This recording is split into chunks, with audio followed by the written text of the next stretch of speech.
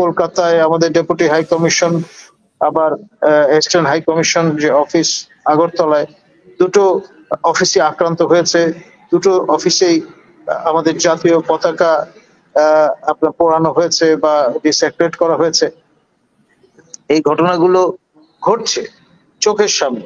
সবকিছু মিলিয়ে সিম্বলিক ভাবে ভারতকে রিবাফ করবার একটা আয়োজন কিন্তু প্রতিক্রিয়া হিসেবে সর্বত্র আমরা লক্ষ্য করছি। এখন উত্তেজনা দুই পক্ষ থেকে যদি বাড়তে থাকে, শেষ অবধি এটি দুর্ভাগ্যজনক একটি পরিস্থিতিতে আমাদের ঠেলে দিতে পারে। অনেকগুলো কনসিডারেশন আছে। আমরা কেন আমাদের সীমান্ত সন্নিহিত দুটি প্রিন্সলি স্টেট অর্থাৎ হিলটিপাড়া এবং কোচবিহার আমাদের সঙ্গে সংযুক্ত করতে পারলাম না? এই সোল সার্চিং গুলো কিন্তু আমরা কেউ করছি না। ইতিহাসের পাঠ খুব জরুরি এবং একটা পার্সপেক্টিভে ফেলে আপনি যদি এই পাঠগুলো করেন, তাহলে আমার মনে হয় এর সুরাহা অনেকাংশে সম্ভব। পরিস্থিতিটা এমন পর্যায়ে উপনীত হয়েছে, এটা ধমকে সীমাবদ্ধ নেই, দ্য মিনিট। এবং তারা যেটাকে আমরা দীর্ঘদিন ধরে কয়েনেজ হিসেবে গ্রহণ করেছি, স্যাংশন, ভারত বাংলাদেশের উপর স্যাংশন আরোপ করতে চায় গ্র্যাজুয়ালি।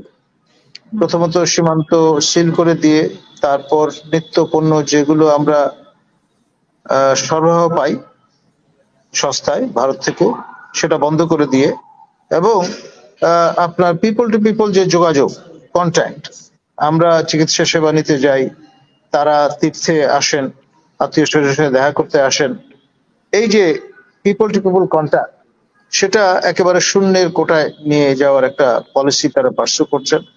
এবং এর পাশাপাশি আমি আপনার সাথে আগেও বলেছি, তারা 35,000 সৈন্য মোতায়েন করেছেন আমাদের পার্বত্য ত্রিপুরা এই সীমান্ত সংলগ্ন আমাদের পার্বত্য খাগড়াছড়ি জেলা, তারপরে আমাদের ফেনী এবং সেই সঙ্গে কুমিল্লা বা সিলেট সংলগ্ন অঞ্চল। এবং সিলেটে সীমান্তে আমরা দেখেছি যথেষ্ট ধস্তাধস্তির মতো ঘটনা ঘটেছে। আসাম রাইফেলকে রীতিমতো হিমশিম খেতে হয়েছে এই জনস্রোত আটকাতে। এবং ভারতের যারা মৌলধারার রাজনীতি করেন, হিন্দু মেইন স্ট্রিম যে ধ্যান ধারণার যারা আরব বাহক, বজরং এন্ড অন্যান্য যেই শেডের রাজনীতি যারা করেন, তারা কিন্তু একে রীতিমতো যেটাকে বলে তুঙ্গে অবস্থান করছেন। এবং কলকাতায় আমাদের ডেপুটি হাই কমিশন, আবার ইস্টার্ন হাই কমিশন যে অফিস আগরতলায়, দুটো অফিসে আক্রান্ত হয়েছে। দুটো অফিসেই আমাদের জাতীয় পতাকা আপনার পোড়ানো হয়েছে বা ডিসঅ্যাক্টিভেট করা হয়েছে। এই ঘটনাগুলো ঘটছে চোখের সামনে। সেই তুলনায় আমরা কিন্তু যথেষ্ট রেস্ট্রেইন প্রদর্শন করছি। আমাদের পররাষ্ট্র মন্ত্রণালয়ের পক্ষ থেকে, আমাদের স্বরাষ্ট্র মন্ত্রণালয়ের পক্ষ থেকে ব্রিফ করা হয়েছে আমাদের আন্তর্জাতিক বন্ধুদের। এবং এই যে বার্তা, সেটি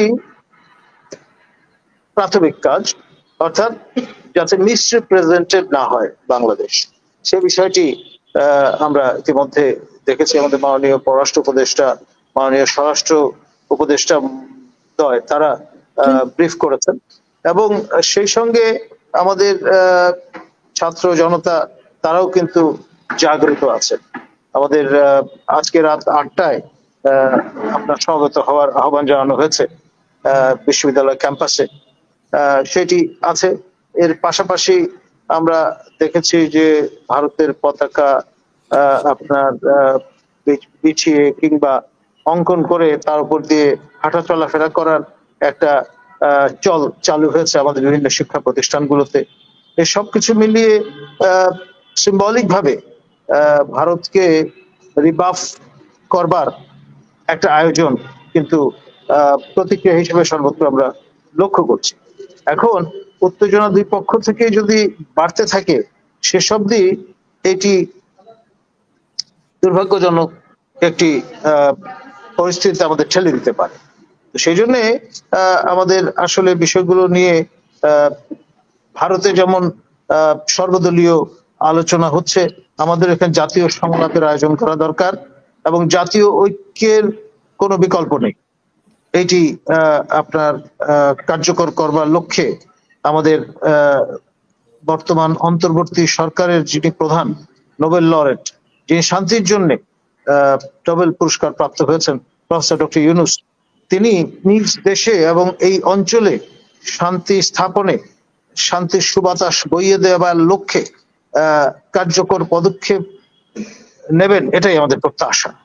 আর এর পাশাপাশি যে বিষয়টি আমাদের করতে হবে সেটি হচ্ছে বাধ্যতামূলক সামরিক প্রশিক্ষণ যদি আমাদের দিতে হয়, তার জন্য কন্ডুইট, বেস্ট কন্ডুইট হচ্ছে আমাদের শিক্ষা প্রতিষ্ঠানগুলোতে যে প্রতিরক্ষা মন্ত্রণালয়ের আপনার হাতিয়ার বা কন্ডুইট বা আউটলেটটি আছে, সেটি হচ্ছে বাংলাদেশ ন্যাশনাল ক্যাডেট কোর। সেটিকে শক্তিশালী করতে হবে। সেটি খালি মুখে মুখে বললে কিন্তু হবে না। আমাদের প্রতিবেশী রাষ্ট্র ভারতে তাদের যে এনসিসি, ন্যাশনাল ক্যাডেট কোর, সেটি কমান্ড করেন একজন 3 স্টার জেনারেল। আর আমাদের এখানে আমরা সেটা সীমায়িত রেখেছি, এটি কমান্ড করেন একজন 1 স্টার জেনারেল। অর্থাৎ আমরা অনেক বেশি সিম্বলিক এবং সীমায়িত অবস্থায় রেখে দিয়েছি। সব মিলিয়ে 1025 আপনার টার্গেট অডিয়েন্স হয়তো এর মধ্যে আছে যারা সক্রিয়। এখন এইটা যদি দ্রুততম সময়ের মধ্যে আপনার পরিব্যাপ্ত না করা যায়, তাহলে আপনার উই আর নো ম্যাচ ওই অর্থে, পিপল টু পিপল ওই পার্সপেক্টিভ থেকে দেখলে। এখন আমাদের আরো প্রতিবেশী যে দেশগুলো আছে, শ্রীলঙ্কা বলুন, নেপাল বলুন, সেখানে 2 স্টার জেনারেলরা কমান্ড করছেন এই এনসিসি স্ব দেশে। সেখানে আমরা সর্বনিম্ন পর্যায়ে আছি, যেটি আনফরচুনেট। আমাদের গত তত্ত্বাবধায়ক সরকারের সময় আমাদের ফরমেশন চেঞ্জ হয়েছে। আমাদের সেনা প্রধান, বিমান বাহিনী প্রধান, তারপরে আমাদের নৌ প্রধান, তারা সবাই কিন্তু 4 স্টার জেনারেল বা ইকুইভ্যালেন্ট র্যাঙ্কে উন্নীত হয়েছেন। এবং যেই চুক্তিটা হাজির করা হয়েছিল সেটা হলো জাতিসংঘ মিশনে গেলে আমরা যাতে ফোর্সেস কমান্ডার হতে পারি বা সম্মানজনক ভাবে দায়িত্ব পালন করতে পারি, নেতৃত্ব দিতে পারি বিশ্ব পরিসরে, সেটি নিশ্চিত করার প্রয়োজনে। একই বিষয় আমরা লিপ সার্ভিস বন্ধ করে যদি ফ্রম টুমরো জাম্প স্টার্ট আমরা যদি বাধ্যতামূলক সামরিক প্রশিক্ষণ আমাদের কার্যকর করতে হয়, তার সেই জন্য সবচেয়ে বড় কন্ডুইট হতে পারে Bangladesh national cadet corps. CMR, civil military relation বৃদ্ধি করবার ক্ষেত্রে, সংহত করবার ক্ষেত্রে, কার্যকর করবার ক্ষেত্রে it can be best conduit. সেটাও আমার ধারণা মেজর অবসরপ্রাপ্ত Afsari sir will bear me out. ধন্যবাদ। জি, ওরা যদি বন্ধ করে দেয় তাতে কি আমাদের ক্ষতি হবে নাকি তাদেরও তো ক্ষতি হবে? এটা কি অস্বীকার করতে পারবেন? দেখুন, আর আপনি বিষয়টা হলো দুই পক্ষই কিন্তু ক্ষতিগ্রস্ত হবে। ধাত্রীমাতা হিসেবে আচরণ করছে, মানে তারা দেখুন, যেই মনোভাবটা প্রদর্শিত হচ্ছে, আমি যে কয়েনেজটা, একাডেমিক কয়েনেজটা ব্যবহার করেছি, এখনো করছি, ভবিষ্যতেও ডেফিনেটলি করব। কারণ 71-এর সেই ভূমিকা কারণেই তারা কিন্তু ভাবছে আমরা অব্লিগেটেড, খেয়াল করে দেখেন।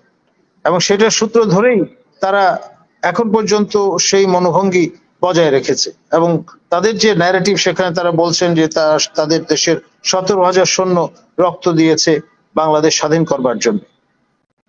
ইতিহাসের অংশ। এর পাশাপাশি এখানে যে বিষয়টি লক্ষণীয় সেটি হচ্ছে আমাদের এই সীমান্তে খেয়াল করে দেখেন কাঁটাতারের বেড়া, যেটি নির্মাণের কাজ অনেক আগে শুরু হয়েছে এবং এখনো কোনো কোনো ক্ষেত্রে কোনো কোনো জায়গা হয়তো বাকি আছে, সেটা তারা সম্পন্ন করবার চেষ্টা করছেন। এই যে কাঁটাতারের বেড়া যেই সীমান্তে তারা নির্মাণ করছেন, সেটা কোনো ন্যাচারাল বাউন্ডারি কিন্তু নয়। রেডক্লিফ তার যেই দায়িত্ব ছিল, তিনি খুব দ্রুততম সময়ের মধ্যে কাটা কম্পাস ধরে এই ট্রাঙ্কুলেটেড মথ ইটেন একটা ম্যাপ আমাদের উপহার দিয়েছেন। তৎকালীন দিদেন ইস্ট পাকিস্তান, যেটাকে আমরা উর্দুতে মাশরিকি পাকিস্তান বলতাম, আমরা পরবর্তীতে সেই ভৌগোলিক সীমার উপরেই কিন্তু আবির্ভূত হয়েছে বাংলাদেশ। সেই জন্যে হিস্টোরিক অনেকগুলো কনসিডারেশন আছে। আমরা কেন আমাদের সীমান্ত সন্নিহিত দুটি প্রিন্সলি স্টেট অর্থাৎ হিলটিপাড়া এবং কোচবিহার আমাদের সঙ্গে সংযুক্ত করতে পারলাম না? এই সোল সার্চিং গুলো কিন্তু আমরা কেউ করছি না। ইতিহাসের পাঠ খুব জরুরি এবং একটা পার্সপেক্টিভে ফেলে আপনি যদি এই পাঠগুলো করেন তাহলে আমার মনে হয় এর সুরাহা অনেকাংশে সম্ভব। আমাদের রাষ্ট্র দার্শনিক প্রয়াত আহমদ ছফা, তার পরবর্তী মশাল যিনি ধরে আছেন প্রফেসর ডক্টর সলিমুল্লাহ খান প্রমুখ ব্যক্তিবর্গ, তারা যদি আপনার এই বিষয়গুলো নিয়ে জাতীয় ডায়ালগ এবং সেই সঙ্গে আপনার পাবলিক হিয়ারিং এর ব্যবস্থা করেন তাহলে আমাদের নলেজ বেসটা বাড়বে এবং আমরাও আপনার চোখে চোখ রেখে কথা বলতে যোগ্যতার সঙ্গে সক্ষম হব। ধন্যবাদ।